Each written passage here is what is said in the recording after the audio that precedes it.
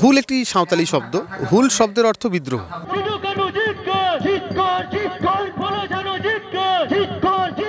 আমাদের পাশ দিয়ে একটি মৃতদেহ যাচ্ছে, আমরা জিজ্ঞাসা করি যে কি ব্যাপার। একজন সিভিক ভাই, তিনি ডিউটিরত অবস্থায় মারা গেছেন হিটস্ট্রোকে। বাঁকুড়ায় একজন টোটো চালক মারা গেছেন হিটস্ট্রোকে, একজন পথচারী মারা গেছেন হিটস্ট্রোকে। এই পুরো অভিজ্ঞতাটা নিতে নিতে আমরা এসছি। তোমরা এই যাত্রাটা শুরু করার জন্য জঙ্গলমহলকেই প্রথম বাছলে কেন? না, এটা বাছা মানে এটা একটা অটোমেটিক চয়েস আমাদের কাছে। এখন দেখছি পুরো নদীগুলো শুকিয়ে গেছে, এখন আমরা বুঝতেই পারছি না এটা বর্ষাকাল। আষাঢ় যেটা মাস বলছি আমরা বাংলায়, এটা মনে হচ্ছে আমাদের জ্যৈষ্ঠ মাস। কুয়া ছিল, সেই কুয়োতে জল শুকিয়ে যাচ্ছে এবং নলকূপের লিয়েটা কমে যাচ্ছে। বৃষ্টির এত অভাব যে এবারে আর কোনো রকম চাষ হবে কিনা, এটি একটি বড় সমস্যা। ফলে পেটের দায়ে বাধ্য হয়ে এখান থেকে বাইরে চলে যেতে হচ্ছে। মহিলাদের ছাড়া জঙ্গল হয় না, সেই অঞ্চলে রাজনীতিতে সেই অর্থে মহিলাদের আসতে দেখা যায় না, এটা একটা দুঃখের ব্যাপার। যে জমি মানুষ তৈরি করেছিলেন পাথর সরিয়ে, সেই চাষ জমির ওপর তারা কর বসিয়েছিল, তাদের কাছ থেকে মিথ্যা কাগজে সই করিয়ে নিয়ে বেগার খাটাতো, এমনকি গোটা পরিবার বেগার খাটতো। এর বিরুদ্ধে তো ছিল বিদ্রোহটা, অর্থাৎ অসত্যের বিরুদ্ধে সত্যের জন্য। আমরা প্রায় 20টা কাছাকাছি গ্রামসভা গঠন করেছি। এটা নিয়ে অনেক মাঝে ষড়যন্ত্র ছিল। হয়তো আগামী দিনে এমন একটি বৃহত্তর আন্দোলন আমরা তৈরি করতে পারবো, যে আন্দোলন প্রাণ, প্রকৃতি, ভাষা, সংস্কৃতি এই সবটাকে রক্ষা করতে পারবে। মানুষের একটি সুন্দর ভবিষ্যৎ, আমাদের সন্তানদের একটি সুন্দর ভবিষ্যৎ এটা রচনা করতে পারবে। এই আশা নিয়ে আমরা যাত্রা শুরু করেছিলাম গত 8 তারিখ ঝাড়গ্রামের জিতুশোল থেকে।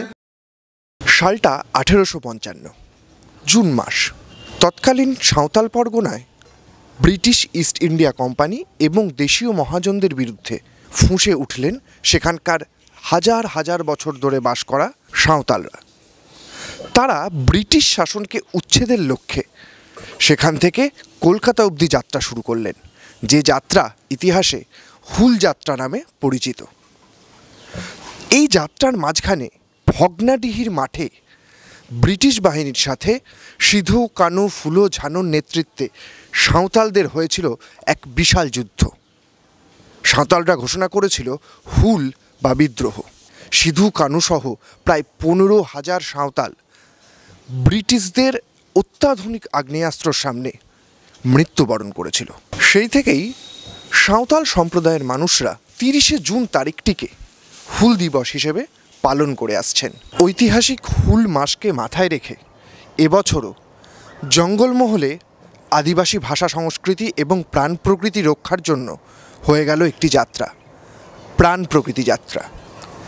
এই যাত্রায় আদিবাসী সাঁওতাল মানুষরা ছাড়াও অংশগ্রহণ করেছিলেন বহু ছাত্রছাত্রী, শিক্ষক, প্রকৃতির প্রেমী এবং পরিবেশ কর্মীরা।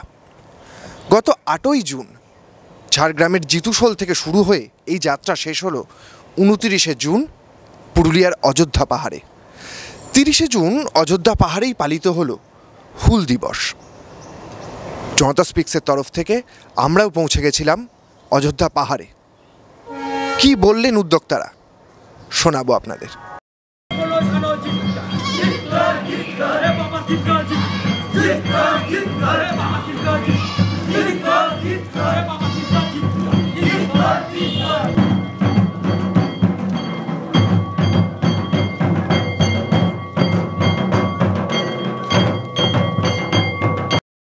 প্রথমে জিজ্ঞেস করবো যে এই যাত্রাটা কেন, যাত্রার কথা কেন ভাবলেন?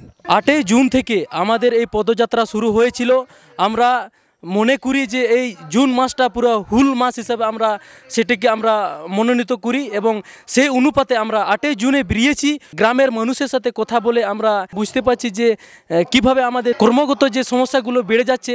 ঝাড়গ্রাম জিতুশোল থেকে শুরু করে আমরা এই অযোধ্যা পাহাড় 29 তারিখে আমরা সমাপ্ত করেছি এবং 30 তারিখে আমরা হুল উৎসব উদযাপন আমরা করছি। তোমরা এই যাত্রাটা শুরু করার জন্য জঙ্গলমহলকেই প্রথম বাছলে কেন? না, এটা বাছা মানে এটা একটা অটোমেটিক চয়েস আমাদের কাছে।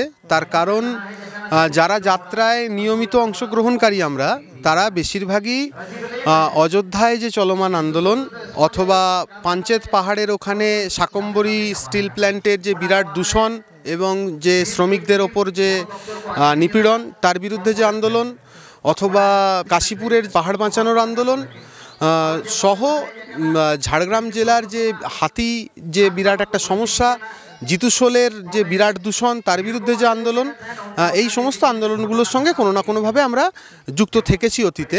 ফলে এই অঞ্চলে বহু মানুষকে আমরা এমনিই পরিচিত।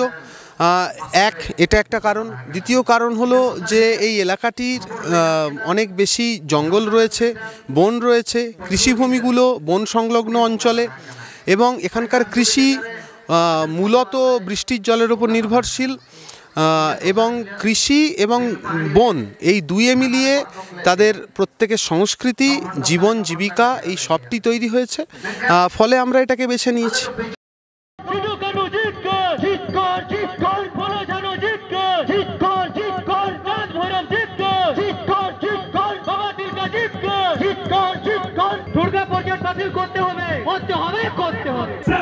ধ্বংসকারী সমস্ত প্রজেক্ট দূর হটাও, দুর্গা প্রজেক্ট দূর হটাও। লোকসভা না বিধানসভা, লোকসভা না বিধানসভা। এই জঙ্গল যেন কাটছে বা কমে যাচ্ছে বা এই প্রকৃতিকে ধ্বংস করা হচ্ছে।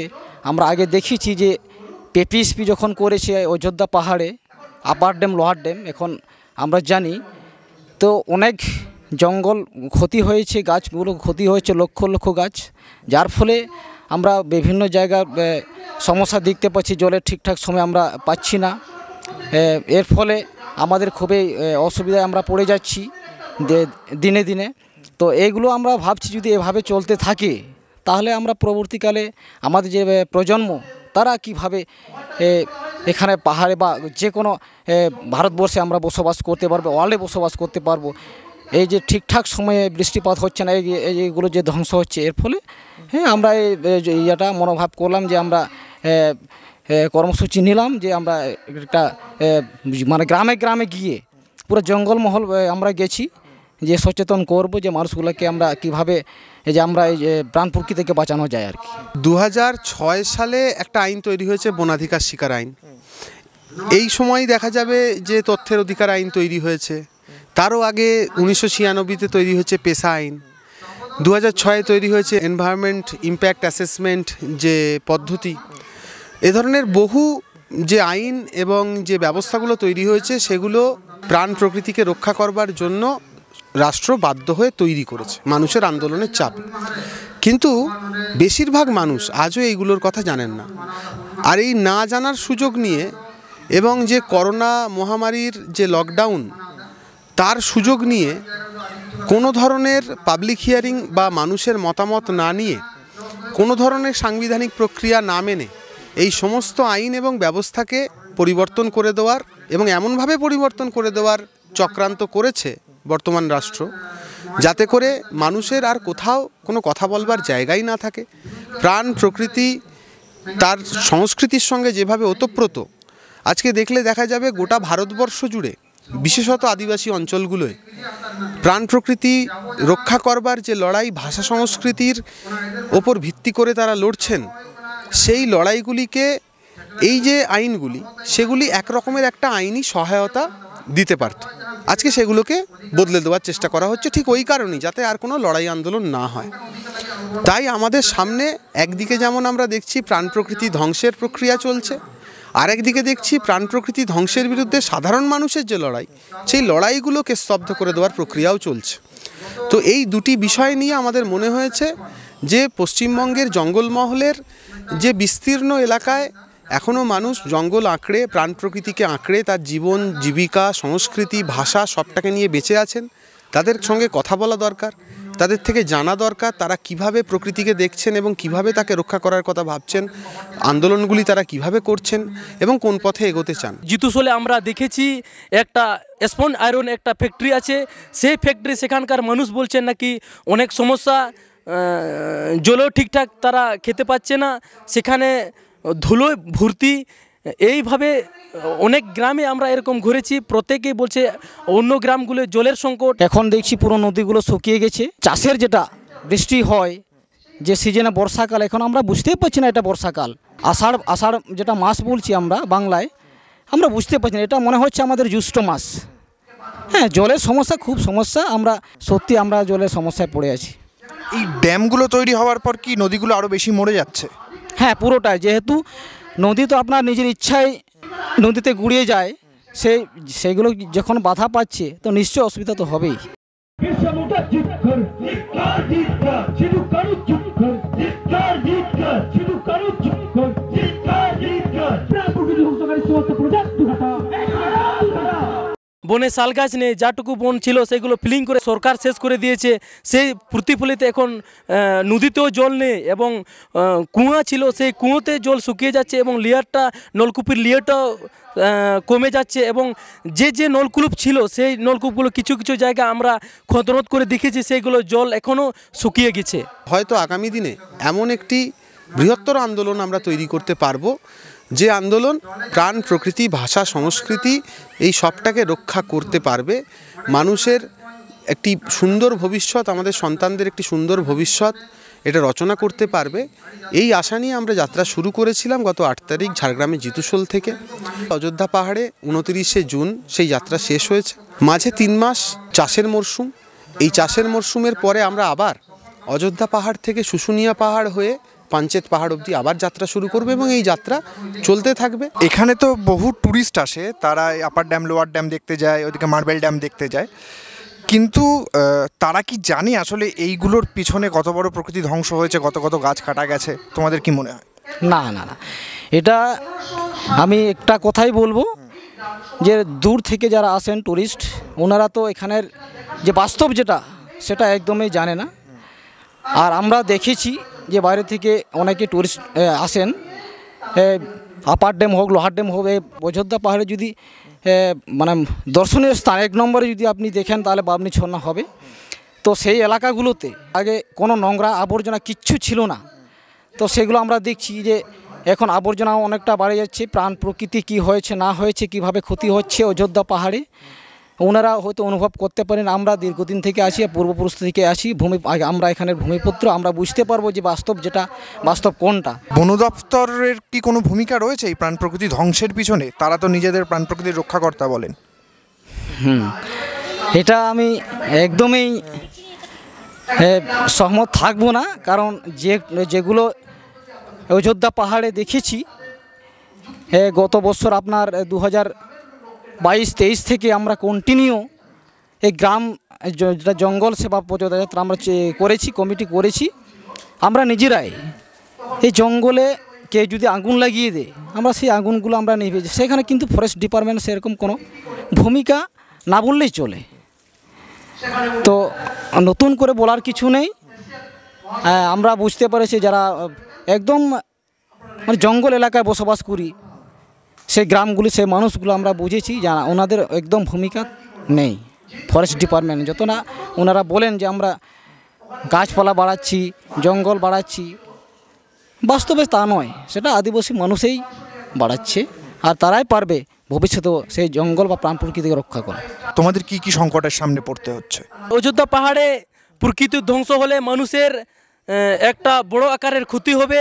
আপনারা শুনেছেন ঠুড়গা প্রজেক্টে হাজার হাজার গাছ কেটে গেলে আমরা যেটুকু এখন জলের যে সম্ভাবনাটা দেখছি, এটাও আমরা পরবর্তীকালে সেকেন্ড জেনারেশন এটাও পাবে না। তাই আমরা অযোধ্যা পাহাড়ের এটা আমাদের চিন্তাভাবনা যেন এই জেনারেশন থেকে অন্য জেনারেশন মানে সমস্যা যাতে না হয়, সেটার জন্য আমরা এখনও লড়বো এবং চিরকালের জন্য আমরা লড়তে শুরু করব। আমরা গোটা রাস্তাটায় ঝাড়গ্রাম, বাঁকুড়া, পুরুলিয়া এই কোথাওই কোনো কৃষি জমিতে চাষ হতে দেখিনি, লাঙল দিতে দেখিনি। অযোধ্যা পাহাড়ে এসে প্রথম আমরা দেখতে পাই যে মানুষ এখানে লাঙল দিচ্ছেন। এখানকার প্রকৃতি তাদেরকে লাঙল দেওয়ার মতন জায়গায় তাও নিয়ে গেছে। অন্যান্য জায়গায় বৃষ্টির এত অভাব যে এবারে আর কোনো রকম চাষ হবে কি না এটি একটি বড় সমস্যা। পানীয় জলের অভাব এত বিরাট আকার ধারণ করেছে, মানুষের পানীয় জল নেই। আমরা দেখতে পাচ্ছি যে গরু, কাড়া, মোষ এরা জল পাচ্ছে না। আমরা দেখতে পাচ্ছি যাত্রাপথে বেশ কিছু মৃত্যু। আমরা যখন চাকাডোবায় একটি গ্রামে বৈঠক করছি, আমাদের পাশ দিয়ে একটি মৃতদেহ যাচ্ছে। আমরা জিজ্ঞাসা করি যে কী ব্যাপার। একজন সিভিক ভাই, তিনি ডিউটিরত অবস্থায় মারা গেছেন হিটস্ট্রোকে।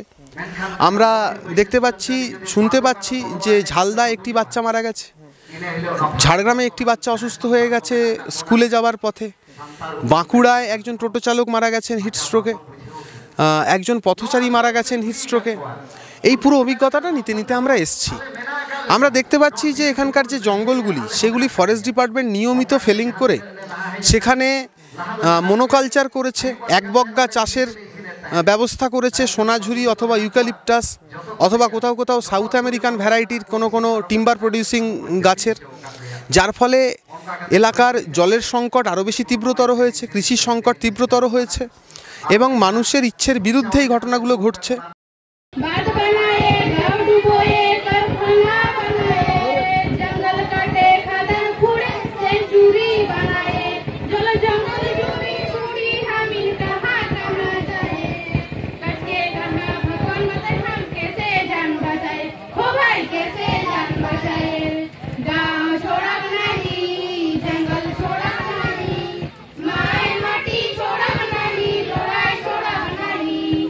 এখান থেকে বহু যুবকরা তাদেরকে কাজের জন্য বাইরে চলে যেতে হচ্ছে, তার কারণ মেনলি বলছেন যে এখানে কৃষিকাজটা আর হচ্ছে না।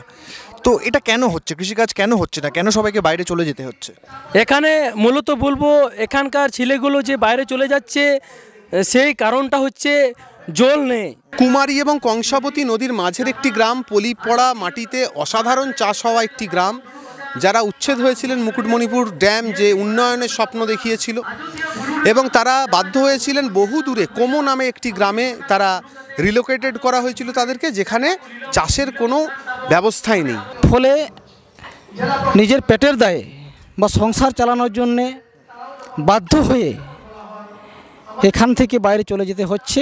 মাঝে মাঝেই খবর আসে বা ডেড বডি আসে যে মারা গেছে বাইরে কাজ করতে গিয়ে। রোহিণের দিনে বৃষ্টি হওয়াটা খুব স্বাভাবিক এবং উৎসবটি হচ্ছে বীজ ছড়ানোর উৎসব। সেই দিন মানুষ তিতা খাবার খান, রোহিণ ফল খান। এই রোহিণ ফল খেয়ে তারা মাঠের কাজ শুরু করেন। রোহিণ হয় জ্যৈষ্ঠের শেষে, কোনো বৃষ্টি হয়নি, কোনো গ্রাম বীজ ছড়াতে পারেনি, কারণ বীজ ছড়ানোটা একটি আনুষ্ঠানিকতা হয়ে দাঁড়ায় যদি বৃষ্টি না হয়, তাই কেউই বীজ ছড়াননি, রোহিণ হয়নি। ফলে এই সংস্কৃতিগুলো তৈরি হয়েছে কৃষিকে ঘিরে, প্রকৃতিকে ঘিরে।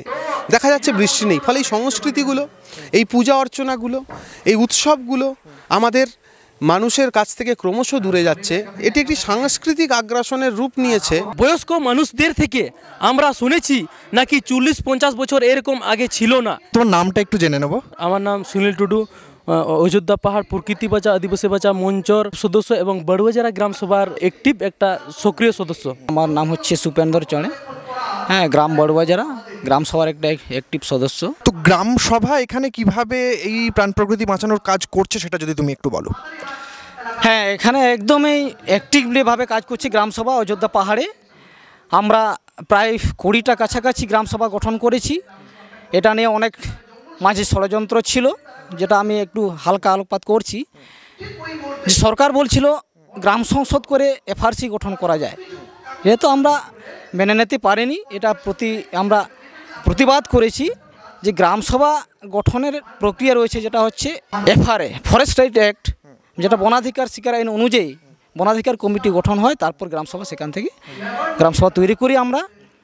আর এই গ্রামসভায় এমনভাবে আমরা অ্যাক্টিভলি কাজ করছি অযোধ্যা পাহাড়ে, জল হোক, জঙ্গল হোক, জমিন হোক, সে রক্ষা করতে আমরা শুরু করেছি পুরো পাহাড়টাতে, যে আমাদের কাছ থেকে, আদিবাসীর কাছ থেকে কোনোরূপভাবে এই জল জঙ্গল জমি যেন কেড়ে নিতে না পারে। ढेवचा पचामी कथा से अयोध्या कथा से एटा जहाँ जहाँ छत्तीसगढ़ हसदेव कथा बन बड़ा गया, महाराष्ट्र कथा, लद्दाख कथा, को सानाम अब खबर कागज से टीवी माध्यम से बन नेलेदा से बन बड़ा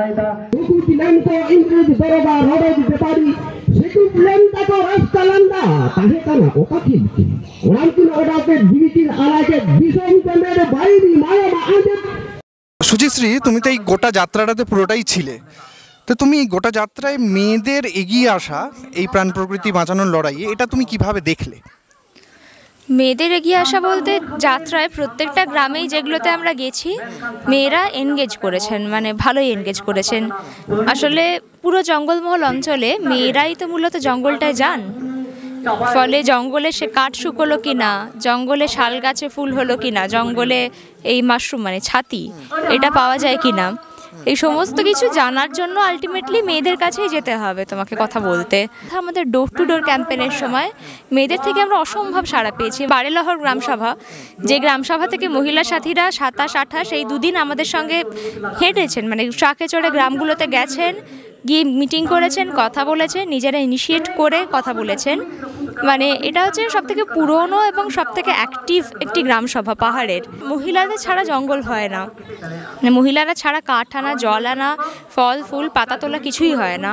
তো সেই অঞ্চলে রাজনীতিতে সেই অর্থে মহিলাদের আসতে দেখা যায় না, এটাই একটা দুঃখের ব্যাপার। চিরকাল কি রইবি খাল পরে রয়োধি, চিরকাল কি রইবি রাখাল পরে রয়োধি, দূরে দূরে গরু চড়ে রাখাল রে তুই কেমন করে কাটা সারাদিন, চিরকাল কি রইবি রাখাল পরে রয়োধি, চিরকাল কি রইবি রাখাল পরে রয়োধি। আজকের দিনে দাঁড়িয়ে তোমরা হুল দিবস কেন পালন করছো এটা যদি একটু বলো। হুল একটি সাঁওতালি শব্দ। হুল শব্দের অর্থ বিদ্রোহ। 1855 তার পূর্বেও বলবো যে যখন বাবা তিলকা 1785 সালে লড়াই করেছিলেন, সেই তারপর শুরু হয়ে আপনার এই 1855-56 সিধু কানু এরা হুল ডেকেছিলেন। যে জমি মানুষ তৈরি করেছিলেন পাথর সরিয়ে, সেই চাষ জমির ওপর তারা কর বসিয়েছিল, তাদের কাছ থেকে মিথ্যা কাগজে সই করিয়ে নিয়ে বেগার খাটাতো, এমনকি গোটা পরিবার বেগার খাটতো। এর বিরুদ্ধে তো ছিল বিদ্রোহটা, অর্থাৎ অসত্যের বিরুদ্ধে সত্যের জন্য, অর্থাৎ চাষের অধিকারের জন্য। জঙ্গল কার, জমি কার, এই প্রশ্নে ছিল বিদ্রোহ। সে ফুলঝানু সিধু কানু লড়াই করেছিলেন, সেটা হচ্ছে আমাদের হুল। ফুলঝানোরা যে স্লোগান দিয়েছিলেন যে আমার কোনো শাসক অথবা প্রভু নেই, আমরা স্বাধীন, আমরা মুক্ত, এই স্লোগান দিয়ে তারা 30শে জুন 1855 যে যাত্রা শুরু করেছিলেন, আজও এই যাত্রা গোটা দেশ জুড়ে চলছে। আজও এই প্রশ্নটি সমানভাবে প্রাসঙ্গিক গোটা ভারতবর্ষ জুড়ে। আমরা জানি হাঁসদেউতে আন্দোলন চলছে, আমরা জানি অযোধ্যায় আন্দোলন চলছে, আমরা জানি পাঁচামিতে আন্দোলন চলছে, এবং এই সমস্ত আন্দোলনই মানুষের স্বাধীন জীবন, জীবিকা, সংস্কৃতি এবং ভাষাকে বাঁচিয়ে রাখবার আন্দোলন। এবং এখনও একইভাবে ফরেস্ট ডিপার্টমেন্ট, সরকার এবং কর্পোরেটের যে যৌথগুলি, তারা প্রত্যেকে এই ভয়ানক শোষণ চালিয়ে চলেছে। প্রত্যেকটি গ্রামে মানুষের হাতে যদি অধিকার থাকতো জঙ্গলের, তাহলে তারা প্রত্যেকে এই পরিস্থিতিটার বদল ঘটাতে পারতেন। আমাদের একটা অনুভব তৈরি হয়েছে যে ভারতবর্ষের সবথেকে বড় জোরদার জমিদার এর নাম হচ্ছে ফরেস্ট ডিপার্টমেন্ট এবং সরকার। তারা মানুষকে তার অধিকার দেন না। এই কয়েকজনের মুনাফার জন্য যে বিরাট একটি ব্যবস্থা কাজ করছে, এবং যার জন্য কেবলমাত্র জীবিকা নয়, ভাষা, সংস্কৃতি, এই সমস্তটি ভয়ানক সংকটের মুখে পড়ে যাচ্ছে। এটি আমাদের একটা অভিজ্ঞতা। এই পুরোটা নিয়ে আমরা পুস্তিকা প্রকাশ করব এবং পরবর্তী যাত্রাগুলোয় এই অভিজ্ঞতাগুলি আরও মানুষের কাছে ছড়িয়ে দেওয়ার চেষ্টা করব। হুলের শপথ হিসেবে উদ্যোক্তারা জানাচ্ছেন ভবিষ্যতে আদিবাসী জনজাতি অধ্যুষিত বনগ্রামগুলিতে তারা এই যাত্রা আবারও করবেন। তারা প্রাণ প্রকৃতি এবং ভাষা সংস্কৃতি বাঁচাতে বৃহত্তর আন্দোলনের ক্ষেত্রে বদ্ধপরিকর। স্বাগত চক্রবর্তী, জনতা স্পিক্স।